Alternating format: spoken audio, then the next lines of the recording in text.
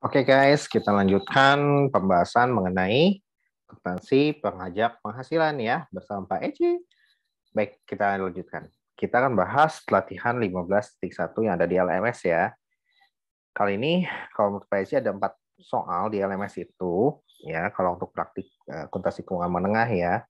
Nah, ini sebetulnya nggak apa namanya banyak sih, ada 4. Cuman menurut Pak Eci yang paling little bit complicated adalah yang 15.1 ya. Jadi kalau kalian sudah melihat video-video pembahasan PSI sebelumnya terkait apa? Terkait dengan contoh soal apa namanya? Yang ini ya, yang omset di atas 50M gitu ya. Kemudian juga yang dari bukunya Pak Lutfi, dari slide-nya Pak Lutfi yang ini gitu ya, yang contoh 2 ini ya. Dan juga dari apa namanya? Ya contoh 2 lah ya, seperti itu pasti insya Allah akan mudah untuk mengerjakan LMS 2, 3, dan 4. Nah, di sini makanya yang little bit challenging adalah yang LMS 1 ya. Jadi coba kita bahas ya, coba kita bahas. Oke. Nah, pada dasarnya di sini toolsnya adalah di sini sengaja PSI sudah tampilkan ini ya. Ini dasar dalam melakukan koreksi fiskal itu harus ada dasar hukum ya. Kalau tidak ada dasar hukum, maka apa? Maka koreksi fiskalnya tertolak. Kenapa? Karena dulu PSI kerja di pengadilan pajak dan biasanya di-challenge oleh hakim ya. Dan ketika di-challenge oleh hakim dan ternyata apa namanya teman-teman dari penolak keberatan banding tidak mampu mempertahankan argumennya dengan mengambil acuan dari undang-undang, biasanya nanti hakim akan membatalkan koreksi yang dilakukan oleh si pemeriksa ya, yang dalam hal ini diwakili oleh penelaah keberatan ya, setelah keberatan dan banding ya. Nah sehingga apa? Sehingga ya sudah harus ada dasar hukumnya. Nah seperti itu ya. Dari mana? Di sini sebetulnya ada yang dari yang paling utama dari undang-undang harus ada. Ya, baru nanti didefinisikan lebih lanjut dalam PMK yang terkait. Nah, seperti itu ya aturan mainnya. Cuman kita di sini belajar dulu, ya udah kita pakai undang-undangnya pasal yang mana. Nah, oke, kita baca dulu. Modalnya adalah pada dasarnya ini seperti contoh yang ini ya, yang contoh yang kedua ini. Jadi di sini diketahui transaksi untuk mengkategorikan mana koreksi fiskal positif negatif dan mana yang beda waktu dan beda tetap. Nah, itu isunya ya. Sama seperti yang ini. Nah, oke. Nah, dari situ kredit pajaknya kan ini udah apa ya? Udah gelondongan ya. Nah, dari situ nanti kita coba akan dengan memahami contoh 2 ini, kita akan coba bisa mengerjakan, semoga bisa mengerjakan yang LMS 15.1 ya. Nah, oke, teman-teman semua, kita baca dulu. PT MC melaporkan laba komersial sebelum pajak tanggal 31 Desember naik 2018, berarti masih menggunakan tarif berapa? 25% ya. Oke, nah kemudian kita lihat omsetnya nih ya. Oh, tidak ada nih, saudara-saudara. Langsung aja laba komersialnya 600 juta. Nah, kalau kayak gini gimana, Pak? Nah, kita coba baca di bawah ya. Cuman Pak udah baca dan di sini tidak diketahui omsetnya ini tetap tidak diketahui dari soal ini ya. Nah, ini menjadi kelemahan dari soal ini. Nah, sehingga apa? Kita asumsikan ya. Kalau omsetnya tidak diakui, yang paling gampang yang mana? Yang paling gampang itu kalau yang di atas 50M. Ya, asumsiin aja omsetnya di atas 50M. Agar apa? Agar langsung nanti dikenakan tarif 20%. Tidak perlu lagi dibagi dua menjadi fasilitas dan non-fasilitas. Nah, kemudian ya udah tinggal lanjutkan ya. Kita bikin asumsi dulu nih. Oke, 50M. Nah, tapi memang ternyata labanya hanya 600 juta. Jadi dari 50M ini ada sekitar berapa? 40 berapa nih? 49,4M ya. Ini yang menjadi beban. Wow, tinggi sekali bebannya. Ya nggak apa-apa lah. Kita namanya juga asumsi ya. Kemudian, namun terdapat beberapa item dilaporkan yang ternyata berbeda dengan ketentuan perpajakan. Nah, perusahaan melakukan rekonsiliasi fiskal dan menemukan beberapa perbedaan sebagai berikut. Pertama, beban penyusutan atas bangunan. Nah, ini ya yang diperoleh tanggal 1 Januari 2015 dengan harga perolehan 3 miliar. Disusutkan perusahaan dengan metode garis lurus 15 tahun tanpa nilai sisa. Menurut aturan pajak, bangunan tersebut memiliki manfaat 20 tahun. Nah, ini yang jadi masalah, teman-teman. Oke, kita coba deh ya. Kita coba gambar timeline-nya ya. Oke. Timeline-nya adalah seperti ini ya. Jadi kalau menurut akuntansi ini 0 sampai 15 tahun gitu ya. Nah, ini menurut akuntansi. Menurut pajak dia tambah 5 tahun, 20 tahun. Nah, ini akun ya. Yang ini yang pajak ya. Yang ini yang pajak ya. Oke. Nah, artinya apa? Kalau pajak berarti nilai tanpa nilai sisa harga penggunanya berapa ya? Coba kita lihat dulu. Oh, 3 miliar ya. Ya, 3 miliar ya. Oke, berarti kalau gitu untuk pajak depresiasinya berapa? 3 miliar dibagi dengan berapa? Dibagi dengan 20 ya. Kalau akuntansi berarti 3 miliar ya, ini tahun pertama lah ya, tahun pertama dulu ya. 3 miliar dibagi dengan 15. Nah, pertanyaan saya sekarang, kalau gitu mana yang lebih kecil, Pak? Ya, yang lebih kecil yang mana? Yang akuntansi tentunya dia eh, pembaginya lebih kecil. Kalau pembaginya lebih kecil berarti depresiasinya pasti itu gede ya, depresiasinya itu lebih besar daripada si pajak gitu, daripada si pajak. Depresiasi menurut pajak. Karena kenapa? Pajak pembaginya lebih gede, otomatis depresiasi lebih kecil ya. Nah, kan kondisinya kayak gini ya, depresi akuntansi lebih besar dari depresiasi menurut pajak ya.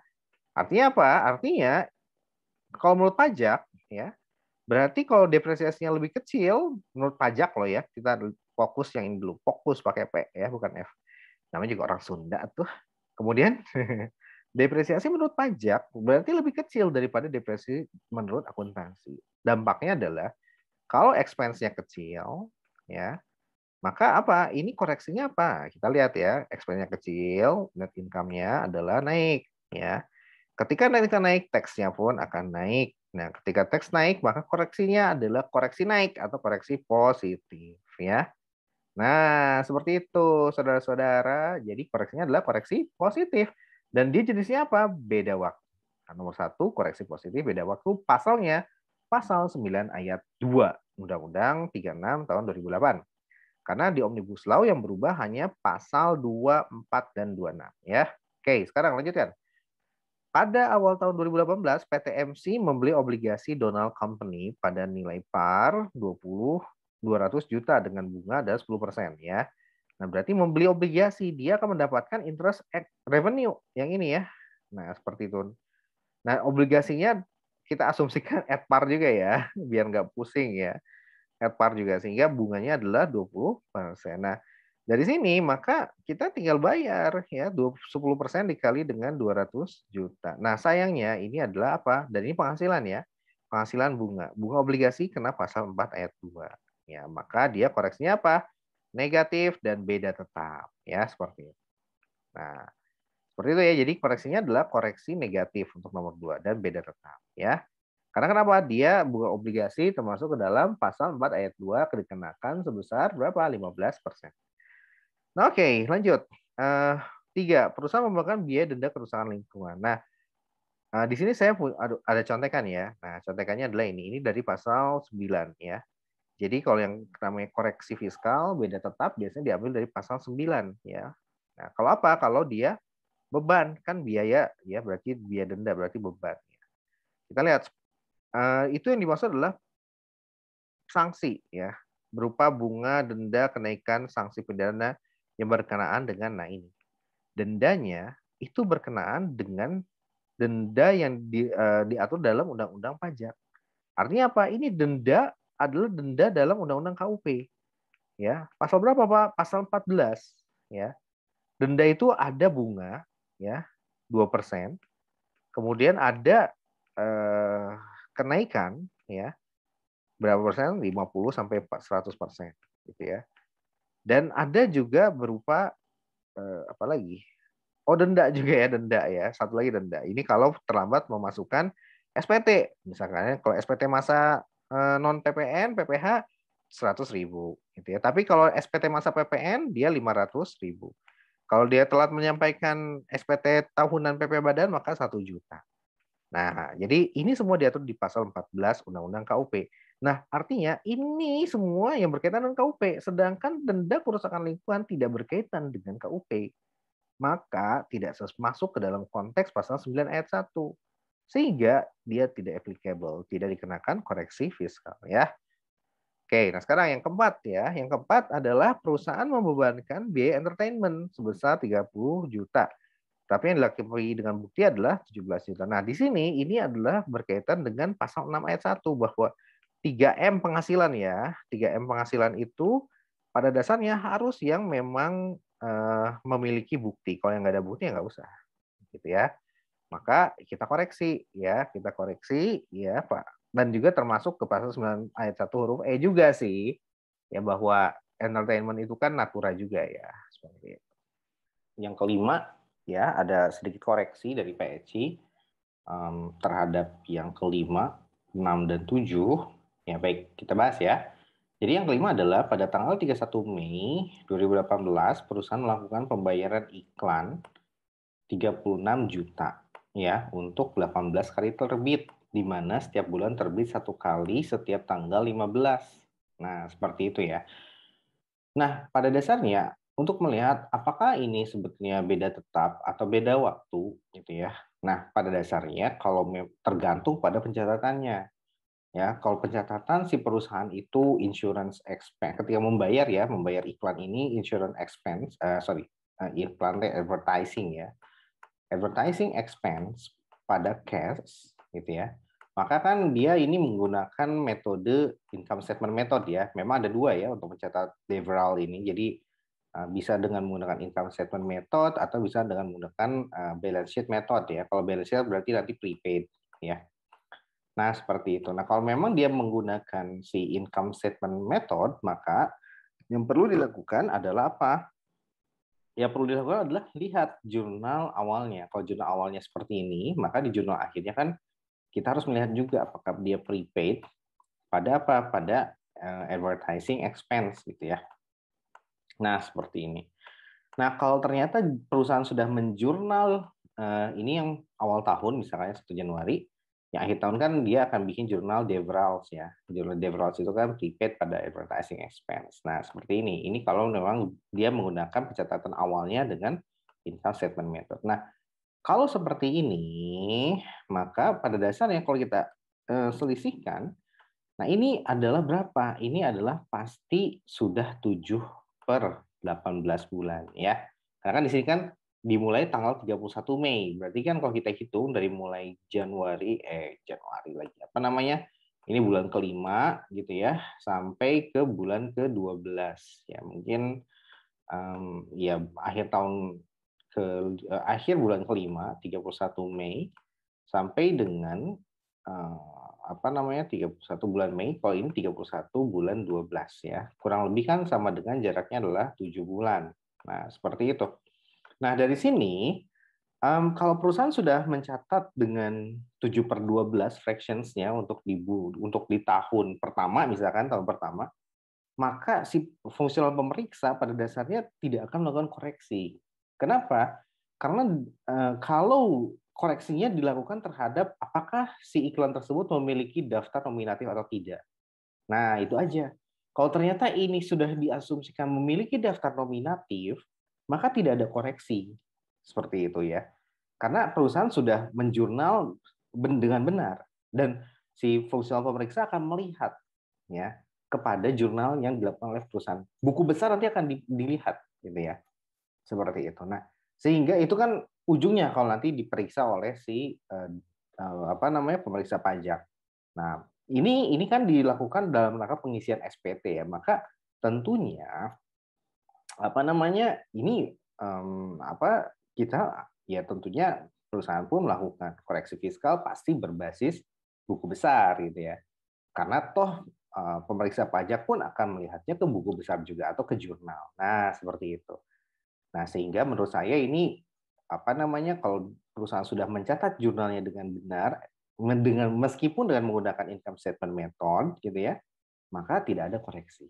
Nah, seperti itu. Ini kalau income statement method artinya pertama kali dicatat dengan apa? Dengan advertising expense pada cash. Nah, itu yang pertama.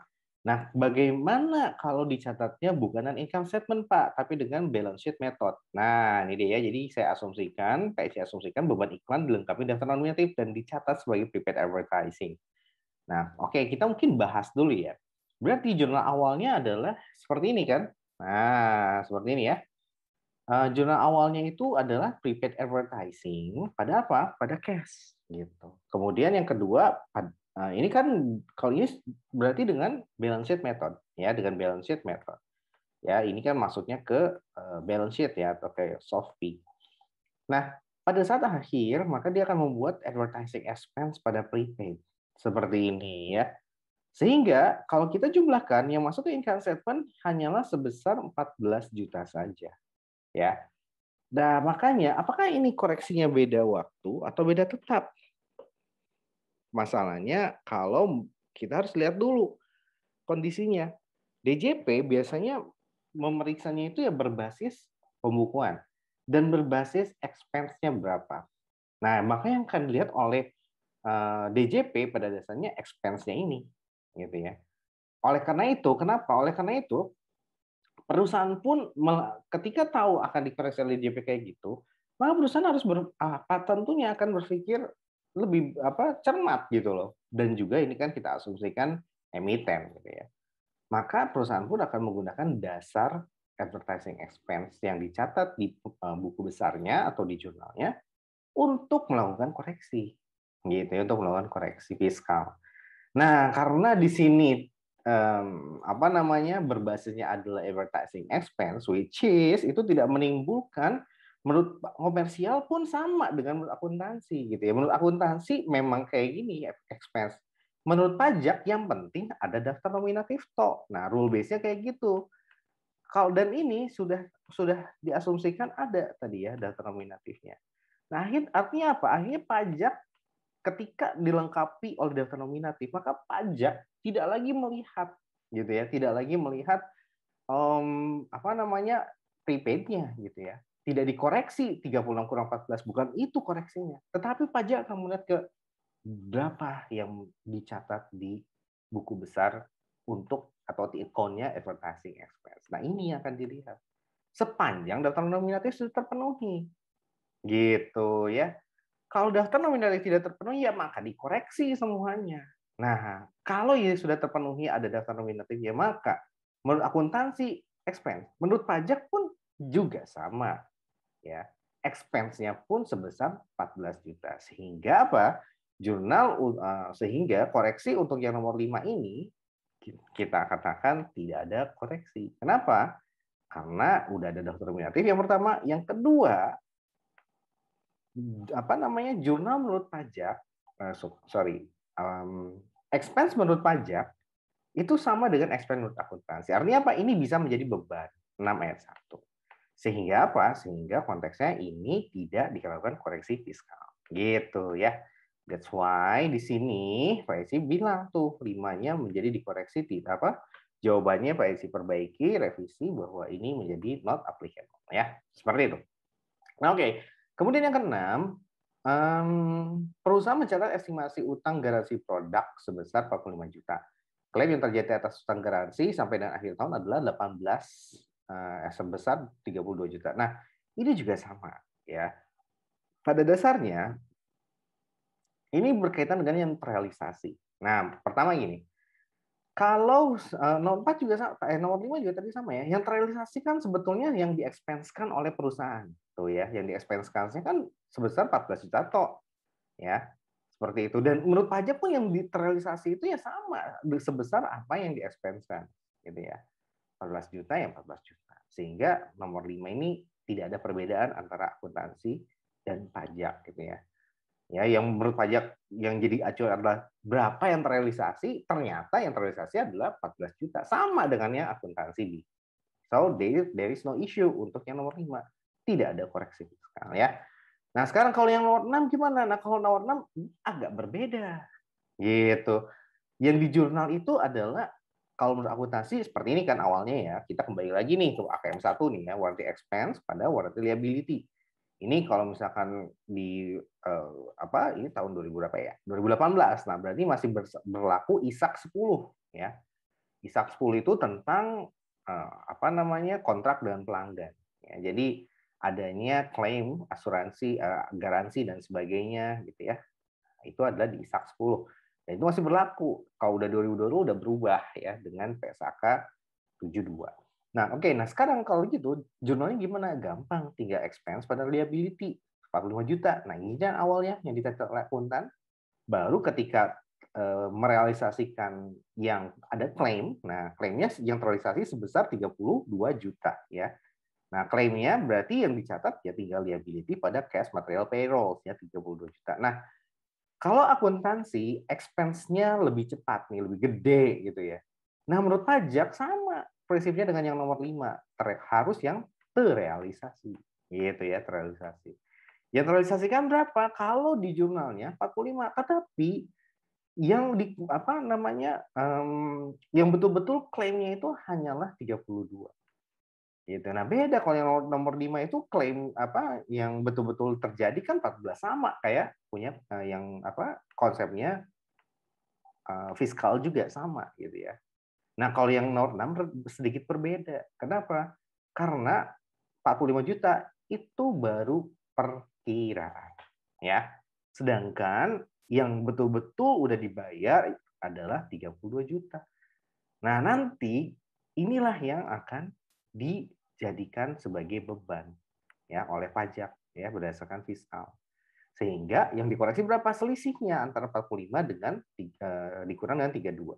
Berarti beban menurut akuntansi itu lebih besar daripada beban lebih dari menurut pajak ya. Dan kebalikannya ya memang beban menurut pajak itu lebih kecil. Kalau expense-nya kecil, berturun, berarti net income-nya naik.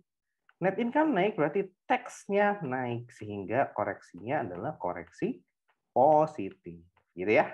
Oke, makanya sedikit revisi di sini koreksinya koreksi positif, yaitu bedanya beda apa? Beda waktu, ya seperti itu. Nah, memang beda waktu. Kenapa? Karena totalnya nanti akan terpulihkan menuju angka 45 juta di masa yang akan datang, ya.